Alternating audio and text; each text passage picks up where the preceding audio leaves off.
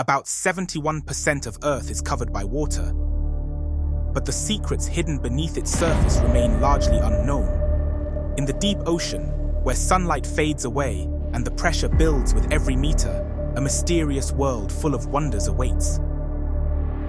To explore this unknown realm, we turn to submarines, the silent pioneers that navigate the ocean's mysteries.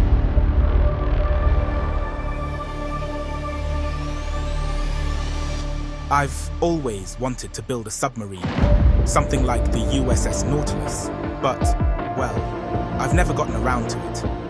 Of course not life-sized, but a smaller remote control one. But wait, if we were to make one of these, how would it work? Well, the sub can be split into 4 main parts: propulsion systems, diving technology, transmitting and receiving systems, and the hull, which keeps everything protected from water. For propulsion, I'll be using a simple brushless motor with a propeller, since these are, at least sort of, waterproof. To steer left and right, some cheap water pumps should do the trick. For diving and coming back up to the surface, some motorized syringes will be used. By increasing the submarine's total weight, it should sink, and by lowering it, it will rise. But now we have our first problem. Receiving data via radio waves underwater isn't the best idea, since these don't travel through water very well.